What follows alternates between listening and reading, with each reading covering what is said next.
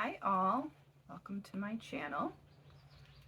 I wanted to make a video again for a really long time, and I just couldn't really get the resources within my brain organized enough to put something together, or more like consolidate all the thoughts that I was having. I have to say that the most challenging thing for me is living in this place is the seasons and the winter particularly is just, it taxes my capacity for doing things other than just like sort of survival type things. My bandwidth just gets extremely limited, and hopefully one day I will live in a climate that is temperate all year round and I don't have to deal with the extra executive functioning stuff that does tax me as it would tax anybody, but I feel like for me particularly doesn't leave a lot of room left for creative projects such as this. But that being said, that intro being a bit off topic, what I wanted to talk about today and what I've been thinking about is masking and all of the ways that I am starting to incorporate the many areas of my life that I have masked for, survival reasons. Obviously, we do this. Everybody does masking to an extent. Neurotypicals mask to fit in, but for them, my understanding is that it feels like something that they do to make themselves feel as part of a group, and that is the primary motivation is to really be seen as a collective, and that their inner compass wants that, so that their outer compass reflects that. There's not a conflict, an inner conflict. So thus being that there is not as much energy drain for them for doing it because they are aligned. For a neurodivergent person, and myself as an autistic person, I can never remember a time in my life where I didn't have internal conflict about this. I was self-aware from a very young age to realize that the way that I was expected to behave outwardly did not match how I felt inwardly, and I wanted to honor my inward self, but knew that that wouldn't be something that outwardly would be accepted. So hence the internal conflict. And I feel like that is the crux of where masking lies and why it's so draining. It's like the negating our internal self, and all the while knowing that, and it causing stress, psychological, physiological stress. So that's kind of how I think conceptually about masking. Practically masking, I was going to go through all the ways that I realize that I'm masking, but one of the things that I have been doing lately, and I think because as a late diagnosed autistic person, there is still some sense of like imposter syndrome surrounding it, like maybe sometimes I feel like I'm making it up or something. I know I'm not, but sometimes it feels like, how could it have always been this challenge? How did I get to this point? How did I get this far? And I think the answer to that for everybody mostly is because what the alternative would have been is not something that you want to pursue. But anyways, I have been going back, I got these photos of myself as a child from my parents. That was kind of challenging because one of my parents is not really good at releasing physical, tangible things, even if they're not theirs. So, that being said, I was able to get some. I had never had pictures of myself as a child, which is strange. But, anyways, I was able to obtain a couple pictures, and I'm going to share them with you because they make me really proud of me as a small person. Okay, I had a little bit of a tip over with my phone. Hopefully that doesn't happen again. But anyways, I'll start. Um, this picture was taken at a place that was located in Maine. It was really far out. And that's me standing on a swing and swinging back and forth. And this was a place where I was kind of given free reign. I think nobody really cared where I was, and that was fine with me. And I spent a lot of time alone, and um, yeah, I was swinging and regulating myself, and I was by myself in nature, and just that makes me really understand why I spend so much time in nature, because it's like the only place I really feel truly comfortable. And yeah. Anyways, that was interesting because I can tell that swinging and movement has always been part of my regulation strategies, and being by myself has always um, been a first choice, I guess. Um, Here's another picture, and this picture is caught of me like getting encyclopedias.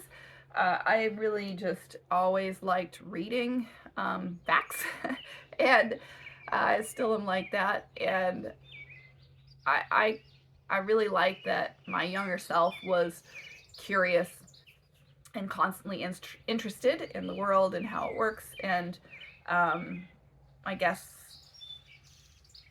that is like part of who I am now, and I feel like these photos just kind of show like I've never really been different in some core ways, and that was really helpful for me because with the masking, um, feeling like you're losing parts of yourself, recognizing there are some core elements of yourself that haven't really changed, it's helped me feel like I can kind of be okay with releasing some of the things that I've done to like fit in, because I never really like it was hard to feel like I didn't lose all of me in this process of like trying to fit in.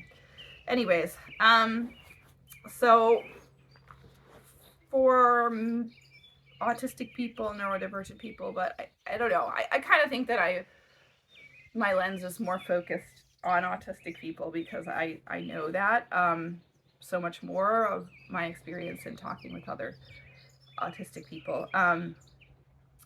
The ways that we mask, and for me, I feel like they kind of fall into different categories, and like appearance being one of them, like our how we present, social category being another category, and then like I guess I'll say like work, school related category, and maybe health would be a separate category, but I don't know how much time I'm gonna have to go into that. But I'm gonna start with like appearance, because that's the first thing that we always see when we see somebody. So masking for appearances is not just like how we dress, although I can say that for a large portion of my childhood, adulthood, I was always constantly analyzing like trends and like what other people were wearing, and like always my focus of how I would go out in the world was like sort of focused around like what other people were doing, and like trying to mirror that. So even as a kid, I would like sit in the morning and like before I went to school or even the night before, analyzing like every single aspect of my clothing and trying to like figure out what would make me blend in. Like I didn't want to be noticed. I just wanted to like kind of disappear if possible. I always like my partner always jokes that like, and I joke that like my biggest wish would be to like not have a body, like to just be like a brain, and not actually have like a physical self. Like I would really like to sometimes to not have a physical self because it's like, anyways. But in the other part, so like clothing, and then facial expressions, how you hold your face, um, like how you facially respond to some other person. I spent a lot of time when I would speak to somebody, really just kind of staring at their like face, or like yeah, trying to like really intently figure out like what actually is going on, and like trying to like make my face like respond appropriately. Tone of voice, I have naturally a really different kind of speech. Like I will say a bunch of things and then there'll be a pause, and then I'll, so my cadence is just different. So I would try, I actually think I kind of stayed more quiet because I knew that. So I was like almost like mute as a child. Part of that was like fear based, but yeah. Um, and let's see. Spatial distance, how close or not to stand to somebody. I would just be kind of like trying to figure that out. And like some people would stand close and I would like, back away, and I just, lots of trouble with understanding where I'm supposed to be in space with another person. Um, okay, so I think that's all of the appearance stuff. Oh, gait, like how you walk. Um, I I have like naturally like sort of like a bouncy kind of walk or something but like somewhere along the way it's like flattened, and now it's just, I don't know. Sometimes it's like stompy because of that. Um, so I think that's all the masking stuff I had for like physical appearance. I'm sure there are so many others. I mean, textures and the sensory things are like related to clothing, too. Like, I think that's kind of combined though with like how you're presenting yourself. I didn't necessarily pick fabrics that are comfortable for me. Now I can't really wear anything that's not comfortable for me, including like, yeah, anything dressy at all. Like, um, it's like anything that's not like cotton. It kind of sends my skin crawling now. It's just something that's happened. I don't know how to. I don't know how to explain it. Um, okay, so going into the social thing, uh, I've been thinking lately about this, and I've been thinking like one of the main things of my my social challenges used to be about like how like social etiquette and how to converse with people, but honestly that's like secondarily now, I think, to basically my sensory experience of the world being so overwhelming that and I think that's what it is. My sensory experience, mitigating my sensory experience to the world with light and sound and like people's like feelings and stuff, um, it being so overwhelming sometimes that like the bandwidth to dedicate towards socially appropriately interacting with somebody is like so much smaller.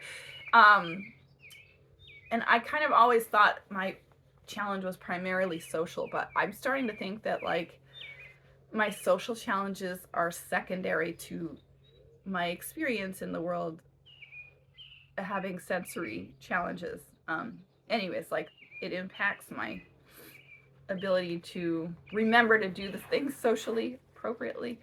Anyways, so for social masking, you have like social etiquette, like how long do you wait to respond to somebody when they ask you a question, remembering to ask them a question back if they ask you one, this kind of passing the ball back and forth that I always forget to do. Like I now just don't even try. But I used to have this masking behavior that I'd be like, don't forget to ask them a question. Don't forget to ask them a question. I just like run it in my head back. Like whenever I met somebody, just even before they started speaking, I would just be like internally telling myself this. Um, uh, Understanding communication that is not direct, so like subtext. I've always been terrible at this. Always been terrible at this. I think this is like a component of the double empathy problem. But yeah, I've often had challenges understanding what someone is saying if they're not directly saying it. And the masking part of it was like trying to figure that out, spending a lot of time going back over conversations, analyzing them from like the beginning, the whole social interaction, to figure out what someone meant, like where I missed some information or something like that. And as you can imagine, if you're in like a more than one interaction in a social setting, more than one person, that whole analysis is like, it's like a lot, a lot of review. So I don't have the ability to do that anymore. So I mean, I guess that's good. Like I don't replay conversations after they've happened or social interactions after they've happened anymore at all. So I don't have the capability to. It's like strange how like not being able to mask is, I think it's benefited me in that way. Is like I can't analyze social interactions anymore. Not in the current, not in the moment that it's happening, and not after either. So yeah. Yeah, thinking about what might happen next in a social situation, like I used to, and I know that this is something that other people do too, but like I used to have imaginary conversations in my head before the social interaction. So like now I'm looking back and I find it like kind of funny because I take myself so much more lightly than I used to. But like I used to play like the different characters in my head and like what I would say and then what they would say and what they, and like go through the whole thing, like a whole conversation. And the problem with that was like it didn't usually go the way that I had thought it was going to go, because like obviously people are not made up in my head, and so that would throw me for a loop, and then I wouldn't know how to respond, and I'd get like, yeah, kind of like caught in the moment and like pause mode, I guess what I would call it, and then just like stop talking. So and then yeah, it's just I don't do that anymore. I don't like plan conversations ahead of time. and that's like great. I also don't know how someone's going to respond to something either, so it's kind of usually a surprise. Um, ah, understanding and accepting social hierarchies. I had no idea. Um, I guess this was like a part where I wasn't asking well. I did not know that when people were first interacting with somebody, when they're asking you what you do for work or something like that, that it was like trying to establish where you are in relation to them. Um, like, are they socially like above me or below me or whatever? I just kind of didn't get that. So when like people would ask those questions, it would be confusing to me. And yeah, like I didn't really understand that. I guess that's one way that I never really masked well. I also didn't treat people that way either, which was confusing to them. I remember like after my divorce, I was like trying to date again, and this one person that I was dating, or was, it wasn't even really, but it was like, yeah, I didn't really know how to do that either.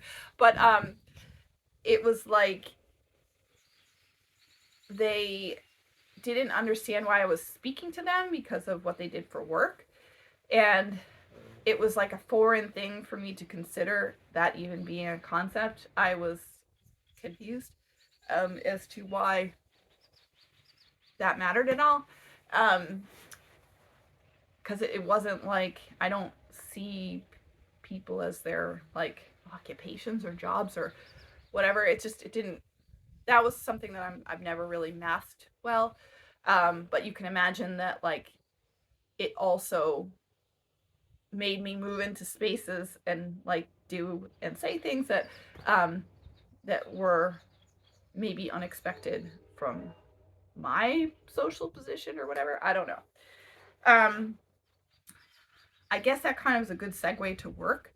Um, so this is something I'm still struggling with, and I think this is one of my like primary unmasking things is um, amassed work is like productivity focused and task focused, and like amount of time that you spend per week doing work. Like this mass standard is a 40-hour work week in the United States, and like it's about checking boxes, getting things done, meeting goals. Like you're expected to just be continuously moving towards a goal, and like consistently, and like 8 hours a day. Um, and I found that I don't work like that. I don't function like that. It's actually even counterproductive to me, like to try to do that. Um, I think that was a major contributor to my burnout, is trying to work in that like steady, regulated, incremental pace. Um, I tend to work more like a large chunk of thing and a large space of like time away from it, and then focused on it, and then a space time away from it. And that's just how that's just how my brain works best, is getting, you know, hyper focused on a specific task, and then taking a break from it and doing things to like regulate my body and stuff, like whether that be art or movement or whatever. um and predictable like 40-hour work week is, I think it's just not healthy for really anybody. But I mean, I think my unmasked self is really how like a healthy person should live. A balanced person should live, but that's just my opinion. um so yeah, I mean, sometimes I'm going to be able to put in more effort, and sometimes I'm not. um The other thing that I have discovered since I've been more unmasked is that, yeah, when I do put in all the effort, I'm putting in effort more than like most people ever would. So when a manager or boss or supervisor or whatever is expecting you to put in your full effort, my full effort is like way, way, way, way, way, way more than most people's full effort. So um, it's it's just like an interesting thing that I've learned as I've unmasked to be able to like adjust to not putting in my full effort, um, because that's more like more acceptable for like what is actually needed. I guess is what I want to say. Um, so the the health masking. I think I will go into that health masking. Um, for me, actually, I forgot one big appearance. Sorry, I forgot one big appearance masking that I should have mentioned, and that is like stimming. Like I do feel like I spent a lot of time trying to sit still, um, and I can't do it anymore, and not play with my hands and my face and my hair, especially when I was in a work setting. Um, yeah. So health masking was more like just never going to the doctor. I guess for me, like never really acknowledging any of the health challenges that I had, um, and never really like dealing with them or thinking that like everybody else is dealing with them too. Like I have PMDD. Um, uh, so that is like premenstrual dysphoric disorder. I hate the name, but basically like um, without like supplemental support and therapy, I struggle half of the month of my cycle every cycle. So that I just thought everybody was like that, and that yeah, and that the like total body collapse that happens to me sometimes like every month was like normal, and everybody was just tougher than me. It turns out no, they are not. They are not dealing. A lot of people are not dealing with that, and I am specifically dealing with that and needing to like unmask and be more um, accepting of that and like communicating that to other people. Uh, yeah, a lot of the impacts for masking all these years for me have been immune issues. Um, Even from very young age, I have autoimmune issues. Um, I have Hashimoto's, which I was diagnosed at 16 when I had like a collapse and a complex migraines, almost stroke-like symptoms, and yep. So that's when I was diagnosed with Hashimoto's, and along with that comes a lot of the hormonal stuff that is a challenge for me. And yeah, so masking involved never telling anybody about this stuff and like um, trying to deal with it a lot on my own. And unmasking means seeing the doctor, telling people that I'm struggling. Uh, to be honest, this has been one of the largest challenges for me in the unmasking because I have actually lost connections and friendships and stuff due to my health, and that has been kind of like challenging, because like there's nearly nothing I can do to change that. And just trying to accept that there are some people that the people that I lost aren't really good for my health anyways. So that's like a process in of itself. Um, so after I kind of like gone through a lot of the things that have been challenging, I did want to like talk about the bonuses that I have had through unmasking. I really do like that I do not really think much about what other people think of me.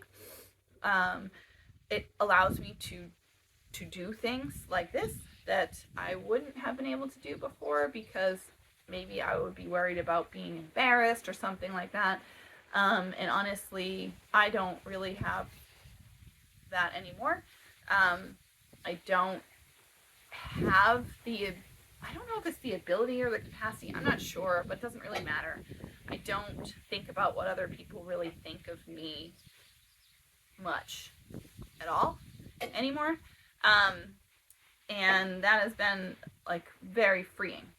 Uh, the other thing that has happened is that I have got my creativity back. When I was a kid, um, I was artistic and I was a dancer, and um, yeah, I liked all kinds of things creative.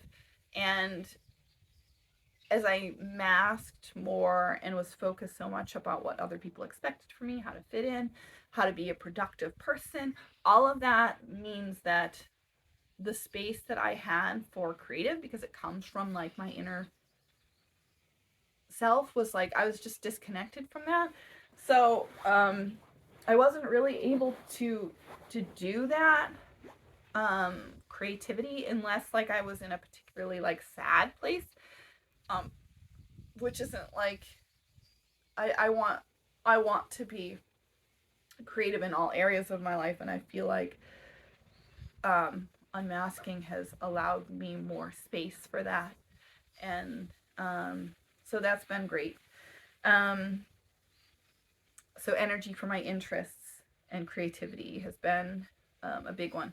Um, the Another big one is as my parenting has changed entirely, as I've accepted like different parts of myself, I've been able to just relax about the standards of parenting in like a neurotypical structure type way, and be able to connect with my children differently, better, see them for who they are. And like it's been a big focus of my life now going forward, is to like not put them in the place that I have been in.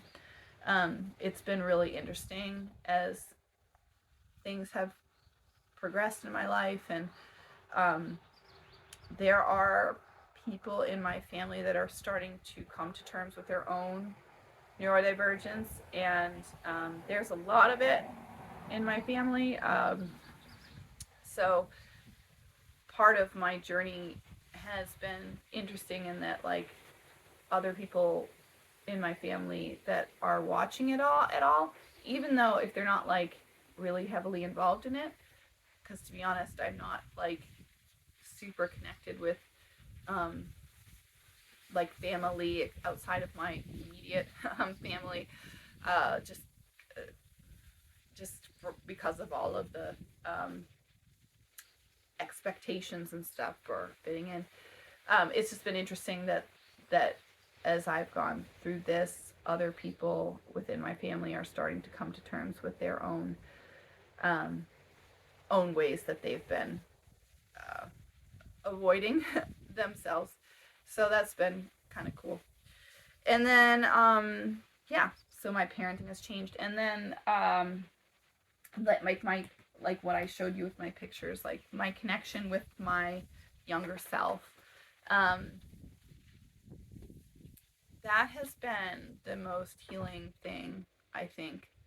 um I have had so many years prior to accepting myself as an autistic person, or realizing I was autistic and starting to work through that, that I just really had a lot of harsh judgment about my younger self and how they couldn't seem to do things, um, or seem to do things the way that other people did.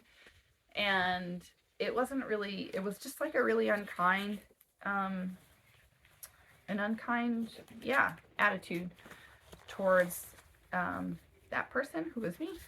And yeah, that's been one of the biggest things I feel like I've gained so far, and it's just like a true acceptance of this whole spectrum of my life. And I'm still kind of like going through it and realizing every day, like, the ways that that I have changed, in the ways that I have, like, kind of held myself in or held myself back, or by trying to, like, be something that I'm not.